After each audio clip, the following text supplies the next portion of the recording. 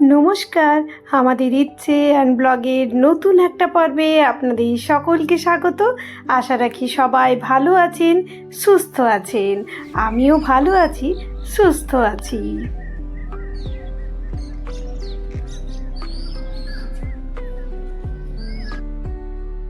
কালকে বাড়ি ফিরে এসেছি, আর বাড়ি ফিরে আসার পর আমার আর ভিডিও শ্যুট করা হয়নি, মানে শ্বশুর বাড়ি ফিরে এসেছি। আজ এখন সকালবেলা, আজকে থেকে প্রচুর কাজ আছে এখানে, কেননা আমাদের পৈতে বাড়ি চলে এসছে। তো সেই জন্য নানা রকম প্রিপারেশন শুরু হয়েছে বাড়িতে। অলরেডি আমি বাপের বাড়িতে থাকতে থাকতেই ছাদ ফাদ যেগুলো সব ধুতে হবে, সেগুলো সব আমাদের যে বাড়িতে কেয়ারটেকার আর আরও একজন আছেন, তো তাদেরকে দিয়ে করিয়েছি, ব্লিচিং দিয়ে ধুইয়েছি, ওদেরকে বলেছিলাম, সেগুলো হয়ে গেছে।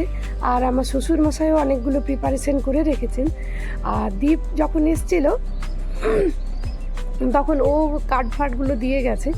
এখন বাকি যে কাজগুলো আছে, মানে প্রিপারেশনগুলো আছে, সেগুলো ধীরে ধীরে শুরু হবে। আজকে আবার প্যান্ডেল বাঁধতে আসবে, ওই আমি এখান থেকে দেখতে পাচ্ছি জায়গাটা, সেখানেও আপনাদেরকে শেয়ার করব কিভাবে কি হচ্ছে না হচ্ছে সমস্ত কিছু। তার সাথে ন্যাচারাল ভিউ তো অবশ্যই থাকবে। চলুন তাহলে দিনটা শুরু করি। সবার আশা করি এই দিনটা খুব ভালোই কাটবে, আর ব্লগটা আমি শেয়ার করব, আপনারা সবাই সাথেই থাকবেন এই আশা রাখছি। আজ আপনাদের নিয়ে যাব আমাদের সামনের যে পাহাড়টি আছে তার খুবই সামনে। তার সাথেই মহুয়া যে ফুল হয় সেই ফুলও আপনাদের দেখাবো।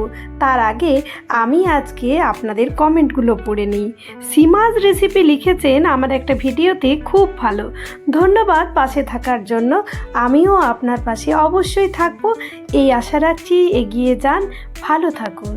লিটল থিংস থেকে আমাকে কমেন্ট করেছে, পুরো ভিডিওটা দেখলাম, খুব ভালো লাগলো, পাশে থাকলাম, আশা করি আপনিও আমার পাশে থাকবেন, অপেক্ষায় রইলাম।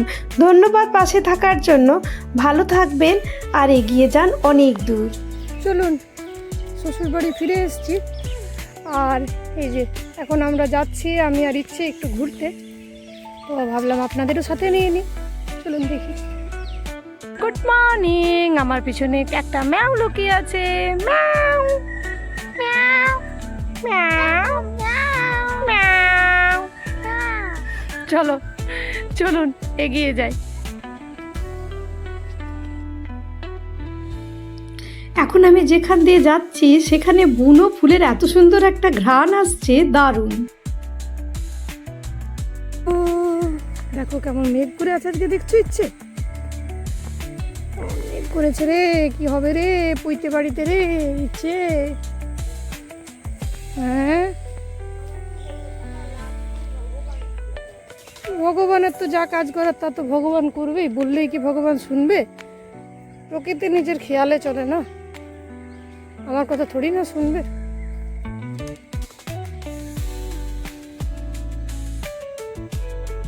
রোজই সকাল বিকেল বৃষ্টি হওয়াতে ওয়েদারটা এত খারাপ, খুব দেখছি বাচ্চা থেকে বড় সবারই ভীষণ ঠান্ডা লেগে যাচ্ছে।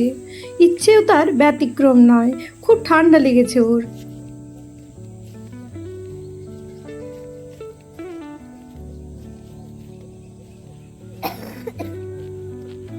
মাথার টুপিটা পরে নাও।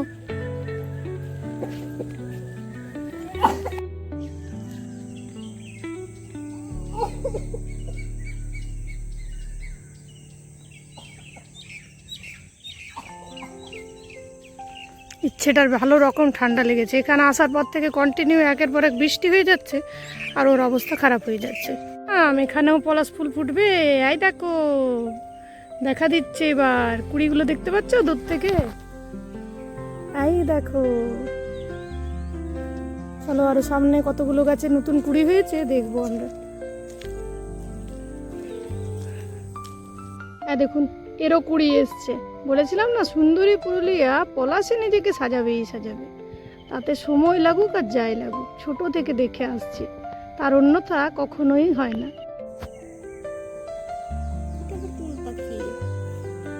মনে হচ্ছে বন মোরগ।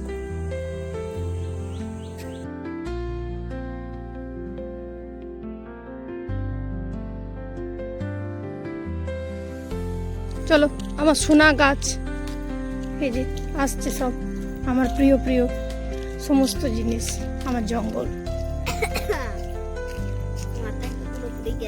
মাথা কি পুরোপুরি গেছে, জঙ্গলটা বাঁচিয়ে রেখেছে তো। ওই দেখ আবার ফুটতে শুরু করেছে, এই গাছটাই সেদিন ফুল ছিল না, দেখ ঠিক আছে, যাই দেখ শুরু করেছে। এই তো সামনের গাছটা এদিকে একটা দুটো করে ফুটতে শুরু করে।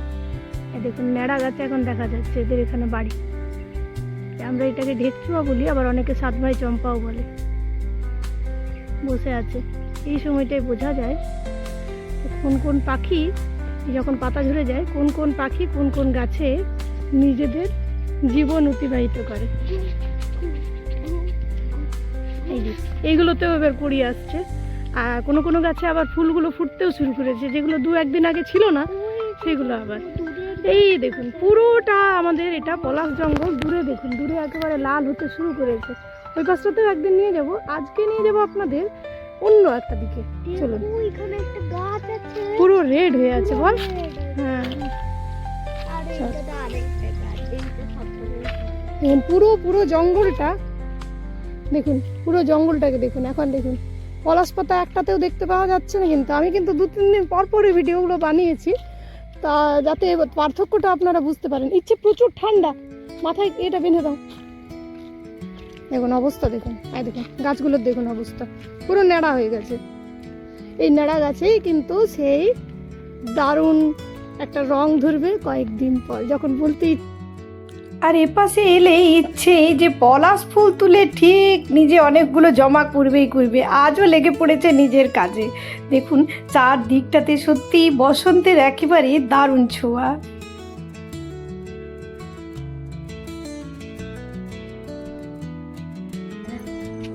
বাতাসে বহিছে প্রেরণা, আইল নেশা, কারাছে ডাকিল পিছে, বসন্ত এসে গেছে।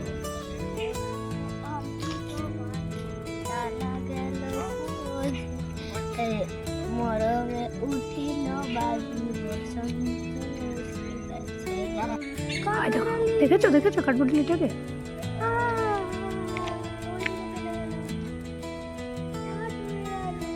কি স্পিড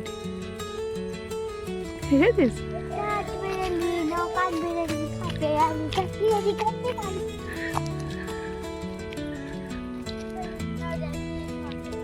র্যাবিটও আছে এই জঙ্গলের মধ্যে, দেখা দেবে তোকে নাকি? চলুন অনেক হলো, এবারে এগিয়ে যায় ধীরে ধীরে। দেখুন পলাশ জঙ্গল, যারা বলেন কোথায় গেলে পাবো কি পাবো, আপনাদের বলেছিলাম আমি শেয়ার করব। এটা পুরোটাই আমাদের পলাশ জঙ্গল, একদিন পুরোটা ঘুরে আপনাদের দেখাবো। তবে ভেতরে যেতে পারবো না, ভেতরে অনেক কিছু জীব আছে। প্রথম নাম্বার তো নিজের জন্য বিপজ্জনক।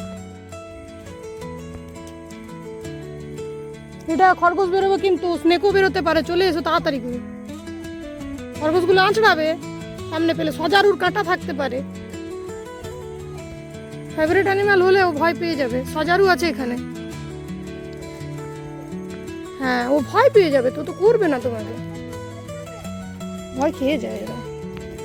নাম্বার হচ্ছে ওদেরকে যতটা না ডিস্টার্ব করা হয় ততই ভালো, জঙ্গলের ইকোসিস্টেমটাকে নষ্ট না করাই ভালো। আর এই জঙ্গলটা কিন্তু আমাদের নিজের থেকে গড়ে ওঠেনি, এটা আমাদের ম্যানমেড জঙ্গল। যদি কিভাবে গড়ে উঠেছে আপনারা জানতে চান আমাকে কমেন্টে জানাবেন, আমি আপনাদের সেই যারা তৈরি করেছিল তাদের মধ্যে কিছু মানুষের সাথে আপনাদের আলাপ করাবো। আরে এটা আবার কোন পাখি, কি রকম নাম? সব পাখিগুলোর নাম আমি এখনো পর্যন্ত জানি না, ছোট থেকে এত বড় হয়ে গেলাম। কত রকম পাখি, আবার নতুন নতুন পাখিও কোনো কোনো সময় হঠাৎ করে আসে। তো হিমালয়ের পাখিও এখানে চলে আসে, হিমালয়ের বাজি হঠাৎ যখন ইকোসিস্টেমটা নষ্ট হয়ে যাবে তখন আসতেও পারে বাঁচার জন্য। আরে দূরে বকগুলো ঘুরছে। পুকুরটা শুকিয়ে গেছে এখন, বর্ষাকালে আবার জল জমে। এগুলো পুকুর নয়, এগুলো হচ্ছে গর্ত, যেগুলো বর্ষাকালে জলে ভরে যায়। হ্যাঁ বর্ষাকালে যখন বৃষ্টি পড়ে না, তখন ওই পুকুরগুলোতে, মানে পুকুর নয় ওগুলো হচ্ছে গর্ত, সেইগুলো জলে ভরে যায়। নয়, হ্যাঁ গাধা চল। চলুন পাহাড়টাকে দেখা যাচ্ছে, ধীরে ধীরে এগিয়ে যাচ্ছি। আর যেহেতু প্রতিদিনই বৃষ্টি হচ্ছে, সূর্যের আলোটা এই সময় পাহাড়ে পড়ে এত সুন্দর একটা দেখতে লাগে। আর যেহেতু বৃষ্টি হচ্ছে, দেখুন চারদিকের প্রকৃতিটা একেবারে রঙিন হয়ে উঠেছে। কে বলবে পুরুলিয়ার রুক্ষ মাটির প্রান্তর, একেবারে চারদিকটা যেন সবুজে সবুজে একেবারে ছায়ালাভ হয়ে গেছে। এত সুন্দর লাগছিল এই রাস্তায় হাঁটতে যে না হাঁটলে বুঝতে পারবেন না।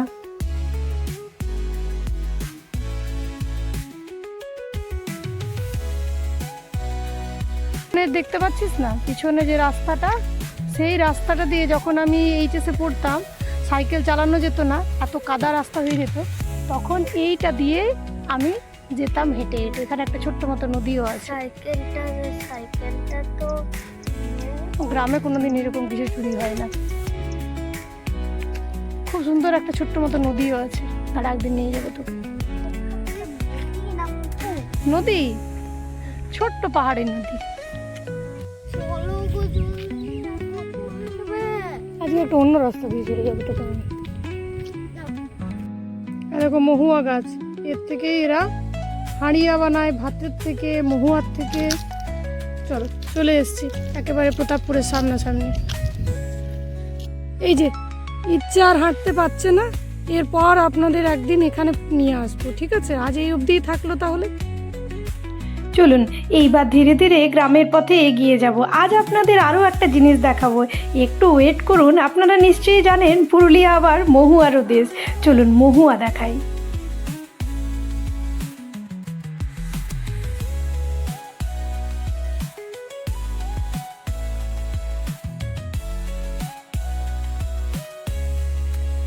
এই দেখুন আমার হাতে কি বলুন তো, এগুলো হচ্ছে, এই দেখুন মহুয়া। ইচ্ছে আর আমি আজকে এগুলো তুলেছি, যদিও আমরা কিছুই করব না, কিন্তু এগুলো আমাদের এখানে ছোটোর থেকে আমরা তুলতাম, আর এগুলো দিয়ে আবার মালা গাঁথতাম ছোটোবেলায়। সেটার মেমোরিটা মনে পড়ে গেল, তো তুলে নিয়ে এলাম কিছুটা। সারা বছর কলকাতায় যখন থাকি এইগুলোকে ভীষণ ভীষণ মিস করি। আজকের ব্লগটা আর দীর্ঘায়িত করব না। ভালো লাগলে লাইক, শেয়ার, সাবস্ক্রাইব করে সাথেই থাকবেন। ধন্যবাদ ভিডিওটা দেখার জন্য। সবাই ভালো থাকবেন, সুস্থ থাকবেন। নতুন একটা ভিডিও নিয়ে খুব তাড়াতাড়ি চলে আসবো আপনাদের কাছে। ততক্ষণের জন্য বিদায় নিচ্ছি, আর কালকে একটা নতুন ভিডিও নিয়ে আসবো।